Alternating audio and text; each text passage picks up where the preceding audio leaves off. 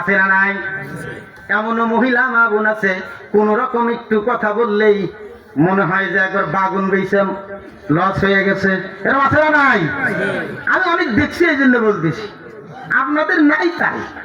বাগুন বেচা মুখ পেতনির মতো বসে থাকবে, কোথায় কবি না। কোন রকম একটু তর্ক লাগছে, দেখবেন যে ভাত বেড়ে দিতেছে, কথা নাই, পানি দিতেছে, কোনো কথা নাই, টুকটাক করে সামনে দিয়ে দিয়ে হয়ে যায়। এরকম আছে না নাই? অথচ আপনি পুরুষ মানুষ, আপনার কত গালি গালাজ মাঝে মধ্যে রাগারাগি পারে, আপনি কি কোনো সময় এরকম করে থাকেন?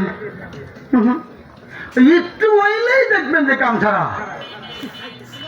আল্লাহ রাসূল বলেন, ইযা দাআর রাজুল, যখন কোন পুরুষ ডাকলো লিইমরাতিহি, তার বিবিকে, ফিরাশিহি, বিছানায়, ফাবাত, সে অস্বীকার করলো, সাড়া দিল না, গেল না, আনতাজিআ, সে গেল না।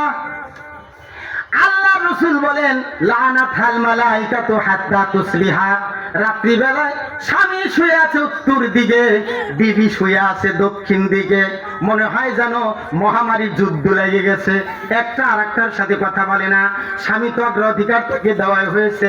বিবির উচিত ছিল স্বামীর পায়ে ধরে ক্ষমা চাওয়া, স্বামী গো আমাকে ক্ষমা করে দাও, ভুল হয়ে গেছে, আমার উপর রাগ করেছিলে, আমি রাগান্বিত হয়ে সারাদিন কথা বলতে পারি না, আমাকে ক্ষমা করে দিও। স্বামী উত্তর দিকে, বিবি দক্ষিণ দিকে।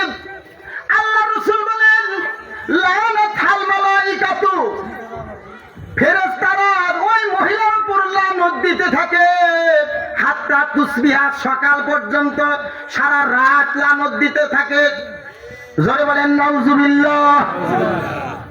মা বোনরা খেয়াল করে শুনবেন, মনটাকে দিলটাকে নরম করে রাখেন, তারা পয়দা হয়ে যাবে। এটা স্বামীর অধিকার। স্বামী রাগ করেই অপর দিকে ঘুরে শুয়েই থাকতে পারে, আপনার উচিত ছিল পায়ে ধরে, হাতে পায়ে ধরে তার কাছ থেকে ক্ষমা চেয়ে নেওয়া।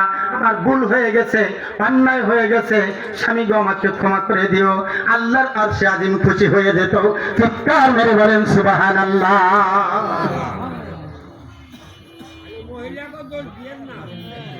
আমাদেরও দোষ আছে, সেটা সামনে আসতেছে যে একজন মহিলা সে যখন ডাক দিল, সে তার কাছে গেল না, এই যে না যাওয়ার কারণে যে গুনাহগার হলো, এই গুনাহগার যে হলো, আল্লাহ তাআলার ফেরেশতা তার উপর লানত দিতেছিল।